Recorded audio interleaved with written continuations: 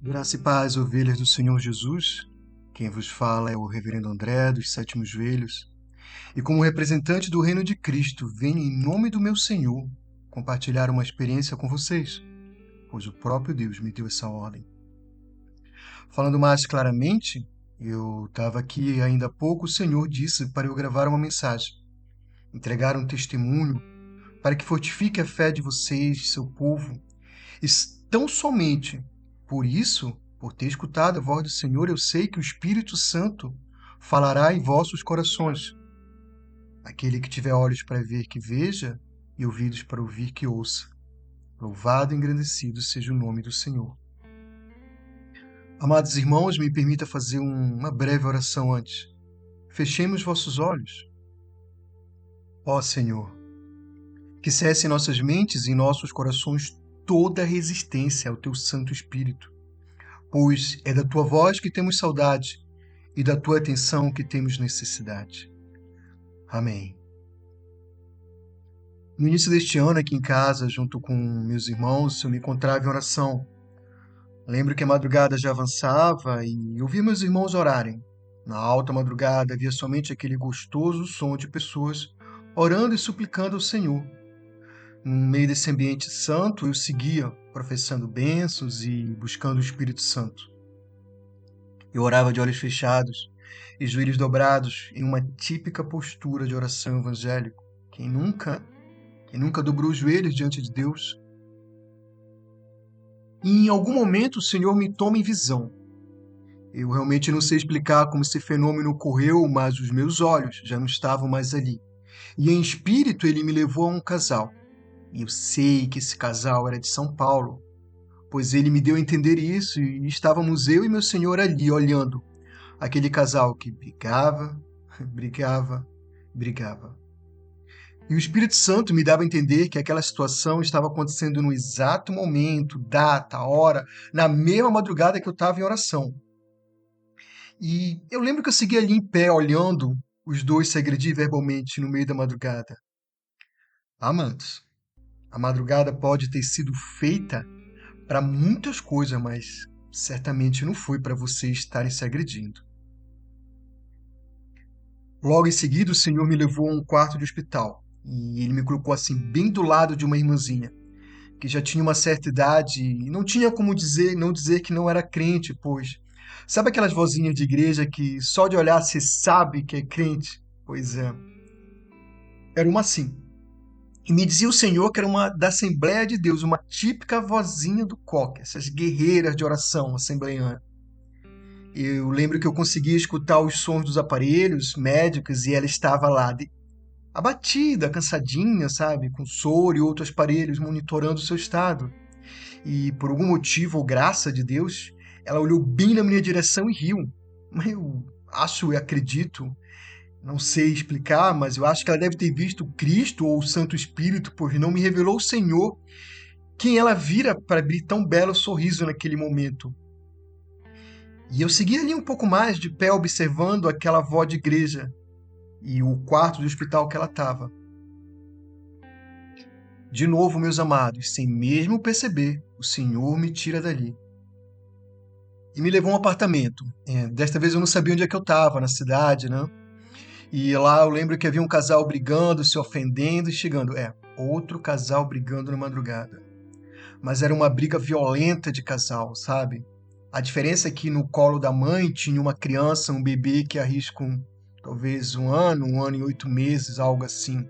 Mas bem bebezinho mesmo. E sabia que a briga era por causa desta criança. Irmãos, eles se ofendiam muito e seguiam apontando os dedos na cara um do outro, muitas palavras e palavrões que não devem existir no meio de um relacionamento. E eu segui ali olhando aquela situação, amados.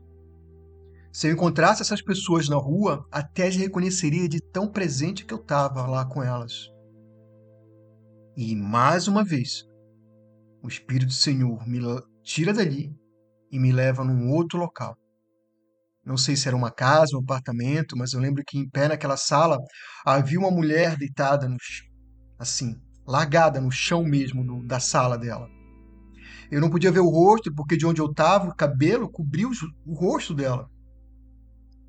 Sabe aqueles dias que eu espero que vocês nunca tenham passado, mas aqueles dias que você está tão abatido, tão contrito, tão machucado, que o chão é o teu lugar, que você não tem mais força para resistir, não tem força para chorar, para gritar, nem para orar? Assim era o estado daquela garota. Uma jovem mulher, ali pela casa dos 20, 30 anos talvez. E foi só depois dessa quarta visão que o entendimento de Deus me veio. E eu lembro que estava eu, meu Senhor, ali em pé, naquela sala, olhando para aquela mulher arrasada, que eu disse assim: Entendi, Senhor, entendi. Você quer que eu ore pelos meus irmãos e irmãs. Porque, amados, me revelava o Senhor naquela hora que todas as pessoas que eu visitei com Deus tinham uma coisa comum. Me revelava o Senhor que todos eles eram evangélicos. E foi quando eu disse essas palavras que eu entendia que ele queria que eu me movesse em direção às ovelhas dele, em direção aos seus filhos e filhas. Foi que os meus olhos e meus sentidos foram devolvidos a mim. E eu estava de novo ali de joelhos no meu quarto, de olhos fechados. E voltei a escutar as orações dos irmãos. Glorificado seja o nome do Senhor por tão maravilha. Engrandecido seja teu nome, Salvador. E pedindo uma palavra para Deus, olha só que lindo. Em Mateus 6, 8 diz assim: Mas tu, quando orares, entra no teu quarto e fechando a tua porta, ora a teu pai, que está em secreto. E teu pai, que vem em secreto, te recompensará publicamente. Mas orando não useis de vãs repetições, como fazem os pagãos, pois pensam que por muito falarem serão ouvidos. Não vos assemelheis a eles, pois vosso Pai sabe do que tendes necessidade, antes de lhe pedirem. Ou seja, eu não sei qual a necessidade de você diante da realidade atual deste vídeo. Não sei que mês, ano, nem hora você está ouvindo, vendo este vídeo. Mas observa uma coisa, filho de Deus. Observa uma coisa, filha de Deus. Do que está acontecendo na tua vida agora, essa dura realidade, essa luta que tu te encontra, o Senhor já tinha levantado e visto pela que tu passas. Então, confia no Senhor, entrega o seu caminho a Jesus e o mais ele fará. Este servo, ele realmente tem muitos anos de obra, inúmeras experiências com Deus, já vi milagres como na Bíblia, já vi gente ressuscitar, curas extraordinárias, sinais no céu, mas olha, realmente eu nunca vi um justo desamparado ser. Porque quem ampara os justos é o próprio Deus, o Senhor Jesus. Então, amados, se Deus já tem conhecimento de nossas lutas, de nossas necessidades, o que está acontecendo com o nosso povo? O que está acontecendo com você? Simples. A própria palavra explica.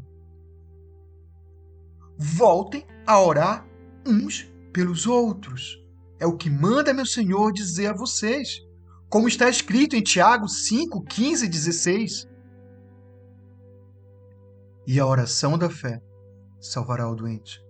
E o Senhor o levantará, e se ele houver cometido os pecados, se lhe hão perdoados. Confessai as vossas culpas uns aos outros, e orai uns pelos outros, para que possais ser curados. A oração eficaz e fervorosa de homem justo vale muito. Glórias a Deus. Perceberam? A oração eficaz, que a gente escuta em tantas pregações e tantas mensagens e que vale muito em seus efeitos, é quando oramos uns pelos outros, meus amados. Confessai as vossas culpas, orem um pelos outros, que possais ser curados. A oração eficaz e fervorosa de homem justo vale muito. O Senhor nos deixou esse mandamento porque os dias são maus, filhos de Deus. Isso eu ouvi de um anjo há uns dias atrás aqui em casa. Ele me disse, os dias são maus. Então, meus amados, quando você sentir no seu coração de orar por alguém, faça. Sabe esse incômodo que tu sente quando se lembra dessa pessoa? Sabe assim, essa pequena agonia? É o Espírito Santo chamando você a interceder por ela. É o Espírito Santo te lembrando dessa pessoa e mandando você dizer: Manda nem que seja uma mensagem, diz: olha, o Senhor é contigo, você é tão forte e valente. É o Senhor te levando a nos orar um pelos outros, para que as nossas orações possam chegar ao trono e se tornarem eficazes. Porque vale muito mesmo a oração que a gente faz um pelos outros. Mas peço, meus amados, não deixem de orar por vocês mesmos e pelos seus. Pois um cego não pode conduzir outros cegos, Lucas 6,19. E que lucro tem eu em ganhar o mundo inteiro e perder a minha própria alma? Marcos 8,36. Amados, não desistam de vocês, pois certamente meu Senhor não desistiu. Olha que maravilha a experiência de arrebatamento que o Senhor criou só para lembrar isso para vocês. Então, ore um pouco mais, jejue um pouco mais, persista um pouco mais nessa luta, porque a sua vitória já está escrita nos registros celestiais. E se tu já cumpriste as Escrituras e confessaste a Cristo como seu único e legítimo Salvador, desceste as águas, em breve, muito breve, a maior de todas as tuas vitórias te será entregue nas tuas mãos e tu poderá contemplar com os seus próprios olhos em pessoa. Tu vais subir com Cristo e sua noiva no grande e glorioso dia do Senhor. Continuemos em Cristo.